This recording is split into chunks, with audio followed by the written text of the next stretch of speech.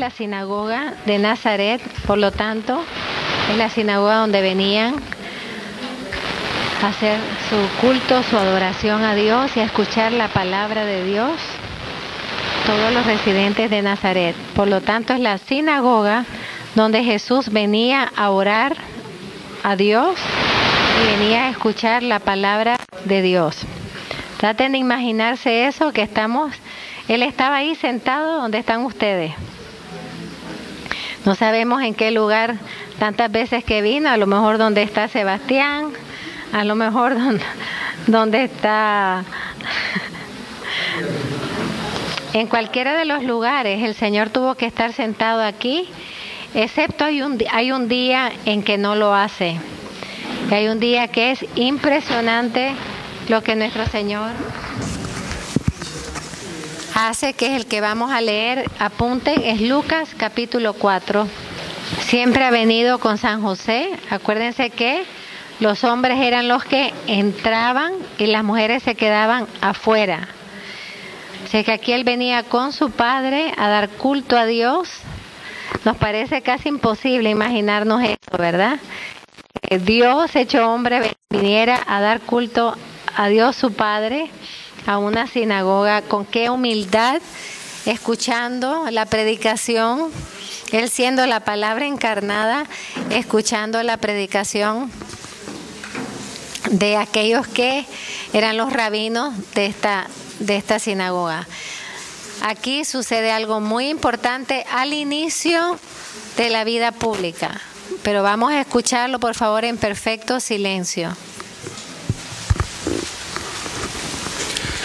Lucas capítulo 4, versículo 16. Lucas capítulo 4, versículo 16 a versículo 22. Vino a Nazaret donde se había criado, y entró según su costumbre en la sinagoga el día del sábado. Se levantó para hacer la lectura, y le entregaron el volumen del profeta Isaías. Desenrolló el volumen y halló el pasaje donde estaba escrito: El Espíritu del Señor sobre mí, porque me ha ungido para anunciar a los pobres la buena nueva. Me ha enviado a proclamar la liberación a los cautivos y la vista a los ciegos, para dar la libertad a los oprimidos y proclamar un año de gracia del Señor. Enrolló el volumen, lo devolvió al ministro y se sentó. En la sinagoga todos los ojos estaban fijos en él. Comenzó pues a decirles: Hoy se ha cumplido esta escritura que acabáis de oír. Todos hacían comentarios sobre él y se extrañaban de la elocuencia y seguridad con que hablaba. Y la gente se preguntaba: ¿pero no es este el hijo de José? Palabra del Señor.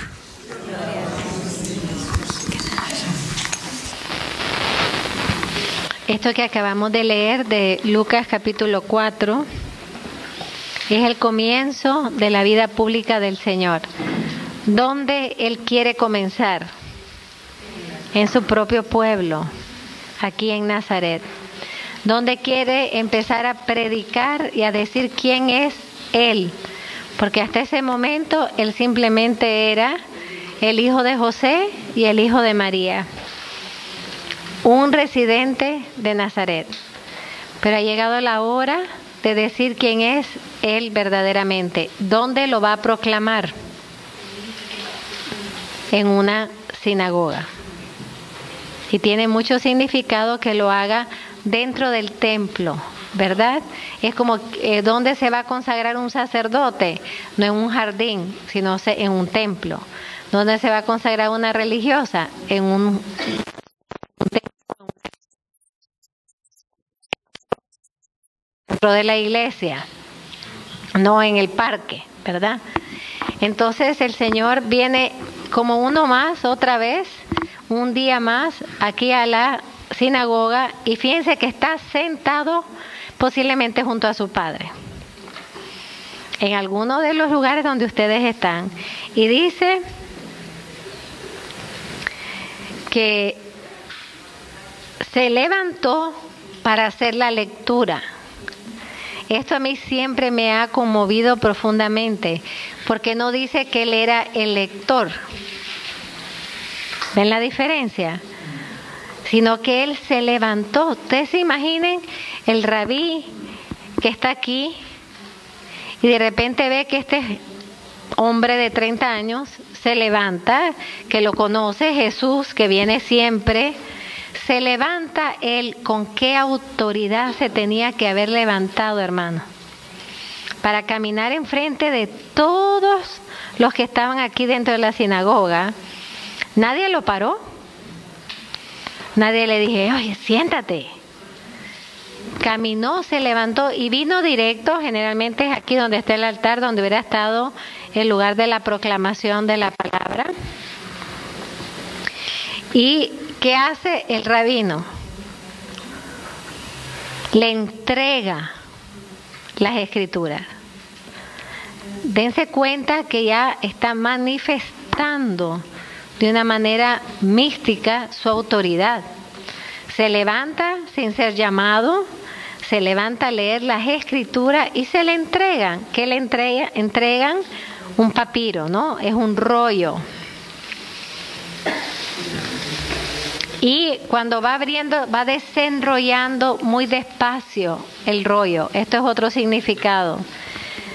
Que el plan de salvación no sucede de un momento a otro, sino que va desenrollándose a través de la historia.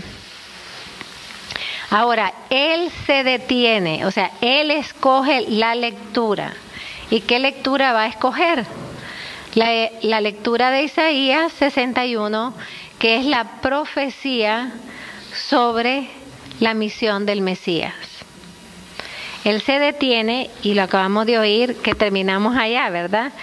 Que en la lectura anterior que Fade nos mencionó, decía, será ungido por el Espíritu Santo. ¿Cómo empieza Isaías 61? El Espíritu del Señor, pero tienen que imaginarse, no me estén viendo a mí, porque yo no lo puedo imitar. Tiene que imaginarse al Señor aquí, mirando profundamente a cada persona, leyendo, no como nosotros, proclamando la verdad sobre sí mismo, diciendo, el Espíritu Santo está sobre mí. Miren, yo lo digo, estoy erizada y yo soy yo, ¿verdad? Imagínense lo que sentía toda esta gente que estaba aquí adentro. El Espíritu Santo está sobre mí porque me ha ungido. La unción solo se le daban a los reyes, a los profetas o a las personas que iban a morir,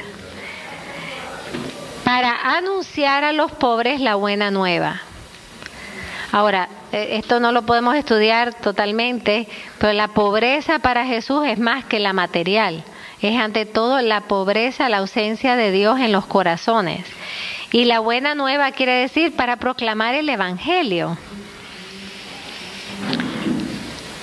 Me ha enviado, aquí está diciendo, yo no vengo en mi nombre, yo vengo en nombre de mi Padre, enviado por Dios Padre. Me ha enviado a proclamar la liberación a los cautivos, o sea, a romper las garras del pecado en la persona humana. Es lo primero que Él viene a hacer, es a derrotar el pecado. Ese es el verdadero triunfo de Dios. Para darle vista a los ciegos, que sabemos que sanó a muchísimos ciegos, pero más que la ceguera física es la ceguera espiritual. Abrir los ojos a la fe.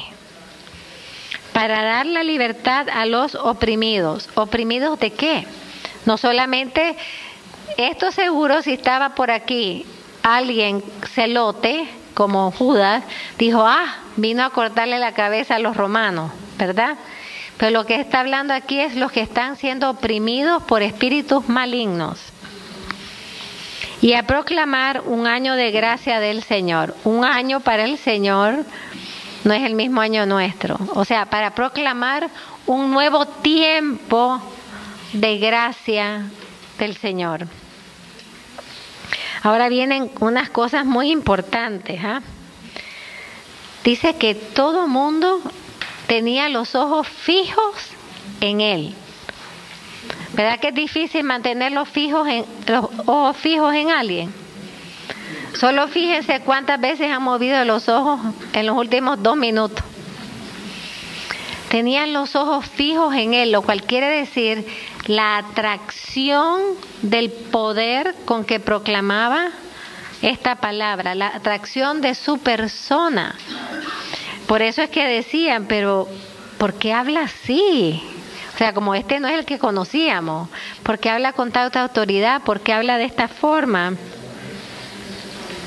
A mí me encanta que termina de dar la profecía sobre su persona y enrolla el rollo y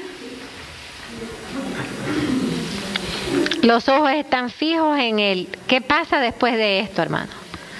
Unos creen en Él. De aquí empiezan los primeros seguidores. Unos creen en Él, pero otros no. ¿Y qué le quieren hacer? Precipitarlo. Ustedes pueden imaginarse la angustia de nuestra madre que estaba allá afuera. Cuando él se baja de aquí y empiezan los rumores. Uno sí, él es verdaderamente, tiene que ser el Mesías. Otros tienen que decir, este es un blasfemo. Y empiezan y lo sacan a pedradas. Y lo quieren tirar. Hay una iglesia que se llama la Iglesia del Precipicio. Y a mí no me gusta ir a esa iglesia porque ahí quisieron precipitar al Señor. Pero aquí ya vemos el signo de contradicción. Caída para algunos y elevación para otros. Unos que creen y otros que no creen. La realidad de la fe en Cristo. Unos creen y otros no creen. Unos lo siguen y otros lo persiguen. Entonces, aquí Jesús empieza a proclamar quién es, pero aquí también la humanidad empieza a hacer una decisión. ¿Creo en Él o no creo en Él? La misma decisión que hoy seguimos haciendo. ¿Creo en Él o no creo en Él? Creo que Él es el ungido del Señor. Creo que Él vino a hacer todo esto, que lo vamos a ver, que sí lo hizo y lo puede hacer en mi vida, o no creo. Y hasta el fin de los tiempos se repetirá lo que pasó en esta sinagoga. El Señor es el Señor es el Hijo de Dios, que tiene poder para hacer todas las cosas en nuestro corazón si le dejamos, pero también que nos da la libertad de aceptarlo o no aceptarlo. Así es que de aquí hasta el fin de los tiempos, la humanidad siempre tendrá esa opción: creer en Jesús o no creer en Él. Que el Señor les bendiga.